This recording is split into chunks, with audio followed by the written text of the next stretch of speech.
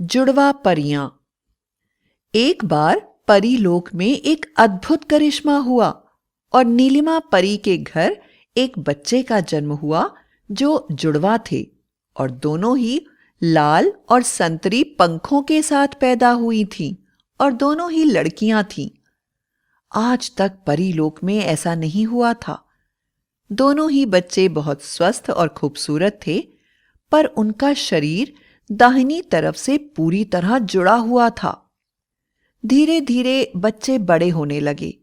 वो साथ में खेलती खाती, हंसती गाती और एक दूसरे की पक्की सहेलियां बन गई थीं।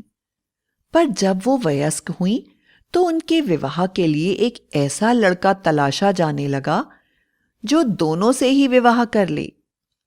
आखिर पृथ्वी पर रहने वाला सरस देश का राजा इसके लिए मान गया और उसने उनसे विवाह कर लिया।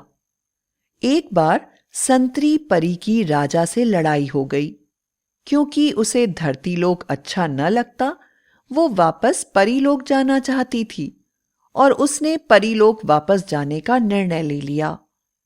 लाल परी धर्म संकट में पड़ गई क्योंकि वो अपने पति को छोड़कर नहीं जाना चाहती थी। उसने संतरी को समझाने की बहुत कोशिश की, पर वो न मानी। तो राजा ने सोचा कि राज्य वैद्य की मदद ली जाए। राज्य वैद्य ने कहा, प्यारे राजन, ये मैं नहीं कर सकता, पर ढालू पर्वत पर रहने वाली गोरिका जादूगरनी आपकी मदद कर सकती है। राजा ने गोरिका को बुलाने सैनिक भेज दिए। गोरिका ने राजा से कहा, राजा, मैं सिर्फ इतना ही कर सकती हूं कि इनमें से एक को दूसरे के शरीर में मिला दूं और ये एक बन जाएं। बोलिए, आप किस परी के साथ रहना चाहते हैं? राजा ने तुरंत लाल का नाम लिया और जादूगरनी ने अपने जादू से संतरी परी को लाल परी के शरीर में लुप्त कर दिया। अब वो दिख नहीं रही थी, पर लाल के अंदर ही जीवित थी। राजा ने सोचा कि मुश्किल का हल हो गया, पर अब और परेशानी हो गई। संतरी क्रोध के कारण लाल को राजा से बात न करने देती और लाल के साथ बहुत लड़ाई करती। लाल का मन कहीं न लगता। आखिर थक हार कर राजा ने उन्हें परीलोक वापस भेज दिया। पर संतरी की लाल से दिमागी लड़ाई खत्म न हुई। लाल खाना खाती तो संतरी उसे लाल के पेट में न जाने देती। लाल के पंखों पर भी संतरी के पंखों की झलक दिखती।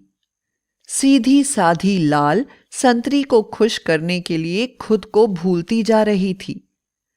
परी रानी को जब ये पता चला तो उन्होंने लाल के अंदर से संतरी को बाहर निकाला और कहा कि मैं तुम दोनों को अलग कर देती हूं, पर इससे सिर्फ एक ही जिंदा रहेगा। बोलो, किसे जीना है? संतरी ने कहा, लाल तो पहले ही मुझे मार चुकी थी, अब मेरी बारी है।